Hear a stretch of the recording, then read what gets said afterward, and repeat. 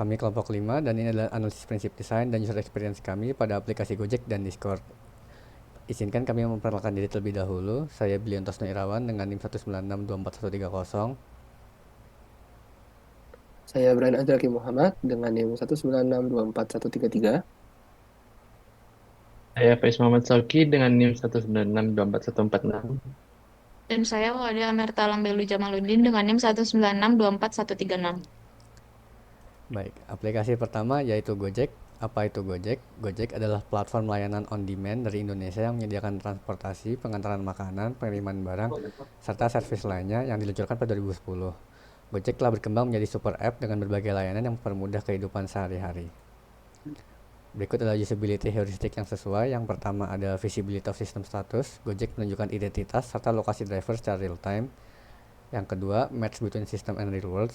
Penamaan service yang tersedia di Gojek simple dan catchy, serta pesanan terbagi dengan jelas berdasarkan status. Yang ketiga, user control and freedom. User bisa membatalkan atau mengganti tujuan pesanan GoRide atau GoCar kapanpun sebelum driver tiba. Keempat, ada consistency and standards. User selalu disambut dengan search bar di bagian atas layar setelah memilih service. Kelima, error prevention. User diajukan untuk double check pesanan yang akan dibuat ketika memesan dari super partner GoFood. Keenam, recognition rather than recall. Penggunaan ikon untuk jenis kendaraan dan metode pembayaran memungkinkan pengguna dengan cepat mengenali pilihan mereka tanpa perlu mengingat detailnya. Ketujuh, aesthetic and minimalist design. Ikon untuk tiap service simple dan diberi kode warna yang jelas berdasarkan kategorinya. Kedelapan, help users recognize, diagnose, and recover from errors.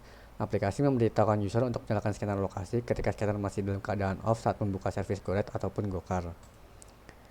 Kesembilan, flexibility and efficiency of use. User bisa menyimpan alamat yang sering dikunjungi agar tidak perlu mengetiknya tiap kali melakukan pemesanan. Dan yang terakhir, help and documentation. Selain customer service, Gojek juga menyediakan help page yang sangat lengkap.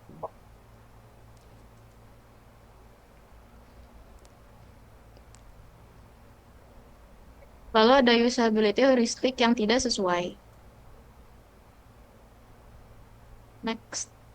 Usability heuristik yang tidak sesuai yang pertama adalah visibility of system status. Jadi di Gojek itu ada yang namanya rating user dan rating usernya hanya bisa dilihat oleh driver sedangkan user sendiri gak bisa. Lalu ada consistency and standards. Jadi kalau misalnya kita buka beranda di Gojek itu suka muncul promo only 1K, kayak diskonnya banyak banget. Tapi pas mau mesen, harganya nggak segitu gitu loh. Jadi ya ini agak kayak clickbait. Terus ada match between system and rewards. Jadi di Gojek tuh ada yang namanya fitur GoPay tabungan dan GoPay letter. Tapi istilah ini itu agak kurang umum bagi pengguna baru. Jadi agak membingungkan ya. Lalu next.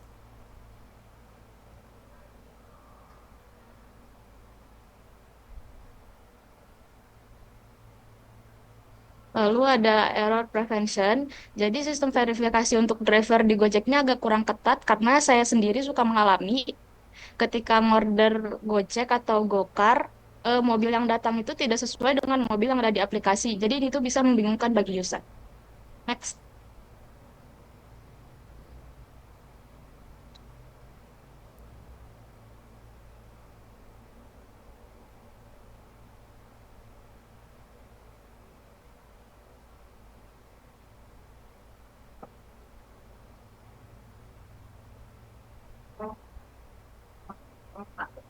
Lalu sekarang ada user experience positif.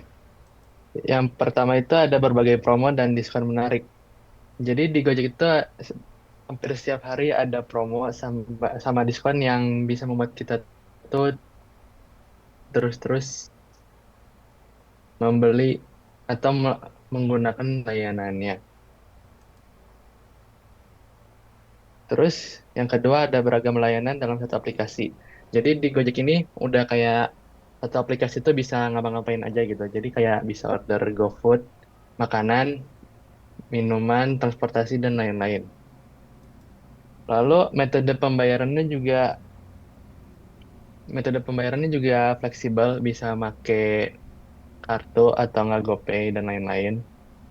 Selanjutnya ada personalization. Di akun Gojek tuh kita bisa menyimpan alamat favorit atau layanan favorit yang sering digunakan di aplikasi tersebut. Lalu pengalaman pemesanan yang cepat dan efisien. Pemesanan layanan transportasi atau makanan sangat cepat dengan estimasi waktu yang tiba yang akurat.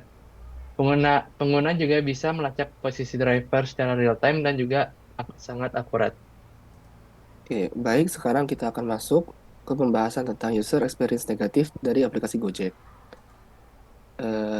UX negatif yang pertama ada masalah pada aplikasi. Pengguna kadang-kadang sering mengalami bug atau gangguan dalam aplikasi seperti tiba-tiba keluar sendiri, loading yang lama, atau fitur yang tidak berfungsi dengan baik. Lalu untuk UX negatif yang kedua, ada harga yang tidak konsisten. Pengguna kadang-kadang sering mendapatkan harga walaupun dengan menggunakan jarak yang sama, tapi kadang harganya sering berbeda, apalagi jika di jam-jam tertentu.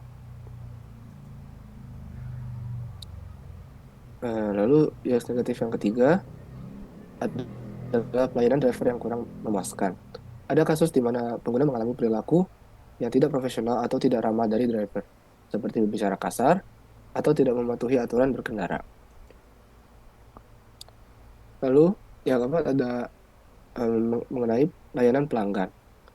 Respon dari layanan pelanggan ini kadang dianggap lambat atau kurang membantu dalam menangani masalah yang dihadapi pengguna. Lalu yang terakhir adalah tentang masalah keamanan. Seringkali pengguna-pengguna aplikasi Gojek membuat laporan tentang kekhawatiran keamanan seperti penipuan oleh oknum driver. Baik, untuk aplikasi berikutnya ada Discord. Apa itu Discord? Discord adalah aplikasi komunikasi berbasis suara, video, dan teks yang dirancang untuk komunitas. Awalnya populer di kalangan gamer, Discord kini digunakan lebih luas oleh berbagai kelompok untuk berkomunikasi dalam server yang dapat diatur sesuai kebutuhan. Berikut adalah usability heuristik yang sesuai. Yang pertama ada visibility of system status. Discord menunjukkan status user secara real time, serta adanya indikator typing saat seseorang sedang mengetik. Kedua, match between system and real worlds. Discord menggunakan terminologi yang familiar seperti server dan channel yang bersifat intuitif bagi orang-orang yang sudah akrab dengan alat komunikasi forum. Kedua, menggunakan add username meniru interaksi sosial di dunia nyata layaknya memanggil nama seseorang. Dan yang terakhir, memasuki saluran suara dianalogikan dengan bergabung dalam ruangan fisik, tempat orang lain dapat mendengar serta berinteraksi dengan user. Ketiga, user control and freedom. Pengguna dapat mengedit atau menghapus pesan yang terkirim serta bergabung dan keluar dari saluran suara tanpa gangguan. Dari sisi admin memiliki kendali atas siapa yang dapat mengakses fitur atau konten tertentu. Keempat, consistency and standards. Simbol seperti @ untuk sebutan, / untuk perintah bot, dan hotkey standar digunakan secara konsisten di seluruh server dan saluran. Kelima, error prevention. Ada perintah konfirmasi ketika ingin membuka link untuk mencegah phishing, serta ketika menghapus pesan untuk mencegah penghapusan pesan yang tidak disengaja. Keenam, recognition rather than recall. Discord menyediakan autocomplete ketika menggunakan search bar untuk mencari nama saluran atau user, atau ketika menggunakan karakter / untuk perintah bot. Ketujuh, aesthetic and minimalist design. Profile user hanya menampilkan informasi penting seperti nama pengguna, gambar profil, status khusus, serta roles agar tidak membuat user kewalahan. Selain itu, user dapat mengunggah gambar profil dan spanduk, memungkinkan ekspresi pribadi dengan tetap mempertahankan format yang konsisten dan bersih. Kedelapan, help users recognize, diagnose, and recover from errors. Ketika pesan gagal terkirim karena masalah konektivitas, diberikan opsi untuk mengirim ulang atau mendelete pesan. Serta admin dapat melihat log server membantu mendiagnosis siapa yang melakukan tindakan, misalnya menendang user jika terjadi perselisihan. Kesembilan, flexibility and efficiency of use. Pengguna yang mahir dapat menavigasi Discord secara efisien dengan shortcut Ctrl+K untuk beralih dengan cepat antar server atau saluran. Selain itu, pengguna tingkat lanjut dapat mengatur dan mengkonfigurasi bot atau menggunakan API Discord untuk mengotomatiskan tugas. Terakhir, help and documentation. Discord menyediakan dokumentasi bantuan ekstensif termasuk frequently asked questions, panduan pengaturan, serta video tutorial. Lalu ada usability heuristik yang tidak sesuai. Yang pertama adalah visibility of system status. Di sini tuh di Discord user gak bisa melihat apabila pesan sudah dibaca atau tidak. Lalu yang kedua ada match between system and real world. Penggunaan istilah teknis seperti server dan role mungkin membingungkan bagi pengguna baru yang baru join ke Discord. Lalu ada consistency and standards. Beberapa fitur seperti / comments atau fitur bot terkadang bisa membingungkan karena kurangnya standar yang jelas di seluruh server. Lalu yang keempat ada flexibility and efficiency of use. Discord menawarkan berbagai shortcut dan fitur khusus bagi pengguna lanjutan, tapi ini mungkin agak membingungkan bagi user yang baru join ke Discord. Lalu yang terakhir ada aesthetic and minimalist design. Discord tuh desainnya bagus sama minimalis, tapi kalau kita udah join ke banyak server, mungkin itu bisa jadi terlalu ramai. Lalu untuk user experience positifnya, yang pertama ada antarmuka yang bersih dan intuitif. Discord tuh mempunyai antarmuka yang minimalis, jadi maupun pemula atau pengguna yang sudah berpengalaman tuh jadi mudah digunakan. Lalu navigasinya juga sudah jelas memudahkan pengguna untuk berpindah antara server, channel, atau direct message. Lalu kemudian ada cross-platform dan sinkronasi yang mudah. Discord tersedia di berbagai platform seperti Windows, macOS, iOS, Android, dan web. Dengan sinkronasi yang seamless, pengguna dapat berpindah perangkat tanpa kehilangan chat history atau status sesi suara mereka. Lalu selanjutnya, server kustomisasi dan komunitas yang beragam.